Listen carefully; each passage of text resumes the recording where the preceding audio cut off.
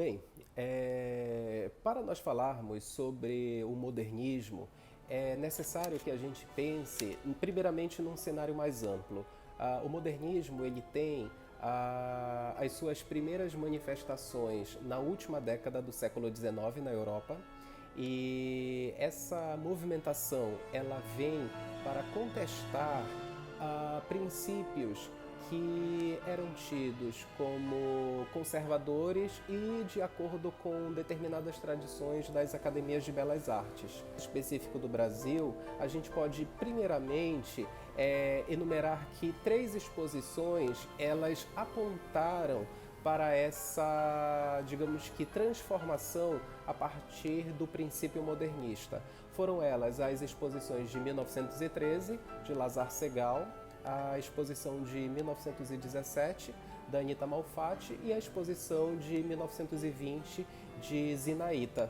Essas três exposições, elas na realidade meio que antecedem alguns dos princípios que vão culminar na própria Semana de Arte Moderna de 1922, organizada no Teatro Municipal de São Paulo. Com a exposição de arte moderna, nós temos, portanto, a congregação de determinados valores e influências dessa transformação que se verificou na Europa e em outros países. No caso, os artistas, pensando exatamente essa questão das artes visuais, os artistas se inspiraram nas vanguardas modernistas do expressionismo, do fauvismo, do futurismo e do cubismo principalmente.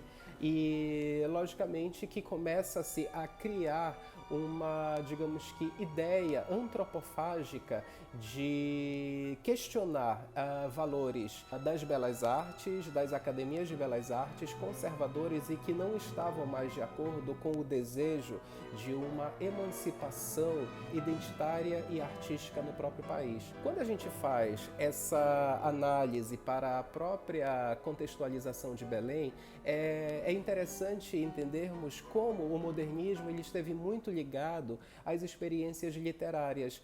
Mesmo na própria década de 20, a gente vai ter uma figura que é fundamental, que é o poeta Bruno de Menezes, afro-indígena, e que foi a figura de frente dessa movimentação aqui em Belém.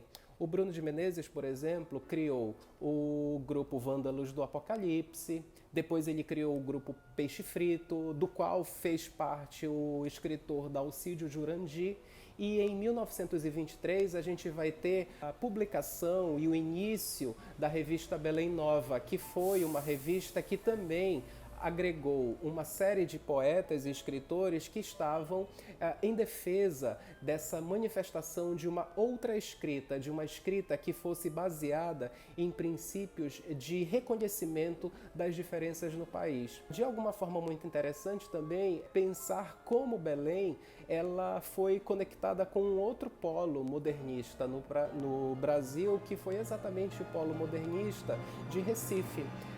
Por meio de trocas intelectuais entre Bruno de Menezes e Joaquim Nojosa, que foi essa figura modernista lá em Recife, nós vamos ter um circuito de pensamento que está construindo uma outra manifestação sobre as artes, nesse caso mais específico sobre a literatura, e que vai influenciar enormemente os próximos passos artísticos, não somente regionais, mas num sentido nacional.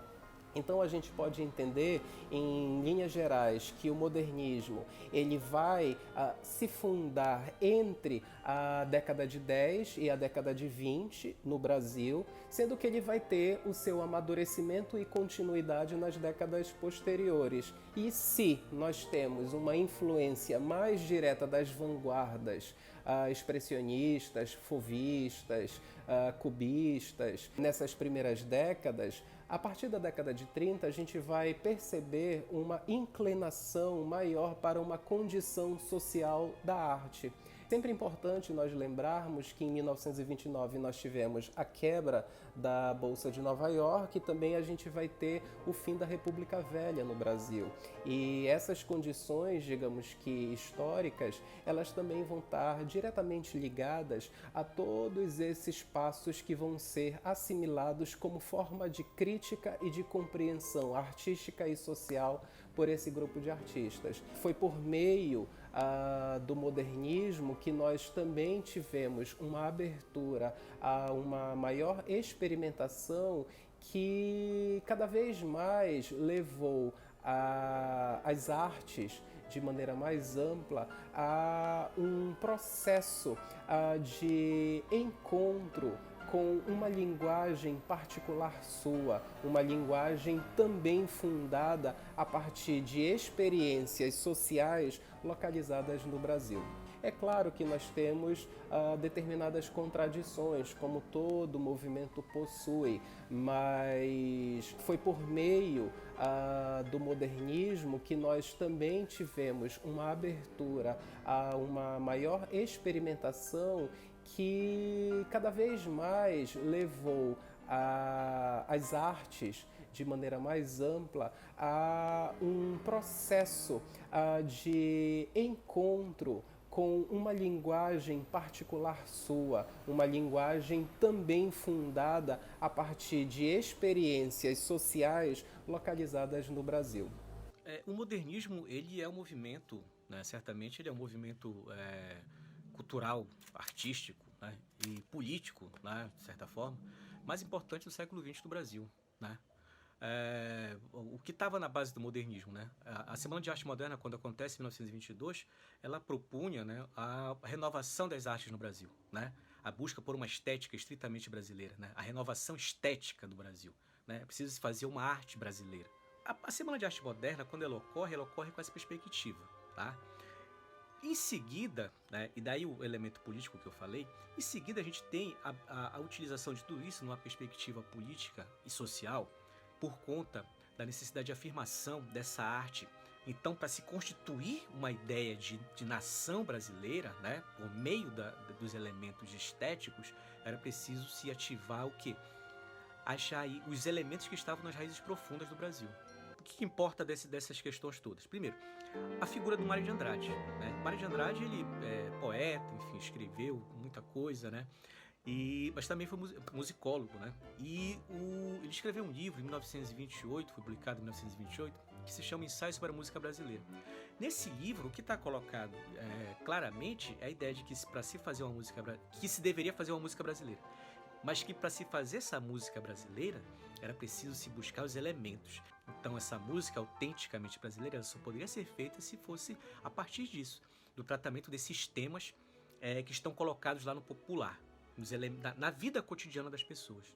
Isso, de certa forma, a gente vai encontrar de uma maneira muito bem feita na figura do Valdemar Henrique. O mestre Valdemar Henrique foi para o Rio de Janeiro em 1933, né? Quer dizer, ele teve contato, né, mais próximo com com as figuras do modernismo brasileiro, né? E essa atuação dele, de certa forma, foi o que fez com que os modernistas, né, o abraçassem. Por quê? Porque ele correspondeu perfeitamente aos ideários do modernismo. Essa ideia da propugnação, da defesa de uma música estritamente raiz, né? Embora o Mário de Andrade trabalhasse tudo isso numa perspectiva do nacional, né, do nacionalismo, e o Valdemar Henrique trabalhasse tudo isso na perspectiva do regional, né, essas duas coisas se somaram ali. E sustentava essa perspectiva de uma música de raiz, acionando os elementos, né, que estavam lá no Brasil profundo, na Amazônia. E o que o Valdemar Henrique fez, acionando, né, esses elementos do temário, né, amazônico e colocando nas suas músicas, foi fundamental. Bom, talvez não tenha sido essa o interesse dele, não fez certamente com essa perspectiva, vou fazer música para os modernos, não, né? Mas ele atendeu a esses elementos, né? A essas propugnações que estão contidas inclusive lá no livro do Mário de Andrade. Tem uma outra passagem que eu acho que é Cassiano Ricardo, falando também isso, né? Né? A música modernista, olha só, a música modernista de Valdemar Henrique, né, me satisfaz porque ele diz, né, nas músicas dele, que eu penso de Brasil. O que é que ele está querendo dizer com isso? Que o Brasil é essa coisa do profundo. O Brasil não é São Paulo, né? O Brasil é a Amazônia, e buscar essas coisas na Amazônia. Mas ir buscar isso para pautar os elementos dessa brasilidade, nada mais é do que um elemento, do que uma ação performática, obviamente, né? Mas de toda forma, o Valdemar Henrique ele conseguiu explanar, né, pelas suas músicas sobre esse temário amazônico, sobre o imaginário amazônico de uma maneira muito consistente, né, extremamente competente, bonita, né, as composições dele, né, são emblemáticas, né. O lugar de fala dele dentro do modernismo é isso, né. Ele é um músico que fez de uma maneira muito competente, né, de uma maneira muito bela, né, o acionamento dessas coisas do folclore, né, da vida como ela é na raiz, né, transplantada, estilizada, né, para sua música, né. Este Brasil tão grande e amado é meu país idolatrado, terra de amor e promissão, toda verde, toda nossa, de carinho e coração. Na noite quente enluarada, o sertanejo está sozinho e vai cantar pra namorada no lamento do seu pino. E o sol que nasce atrás da serra, à tarde em festa rumoreja,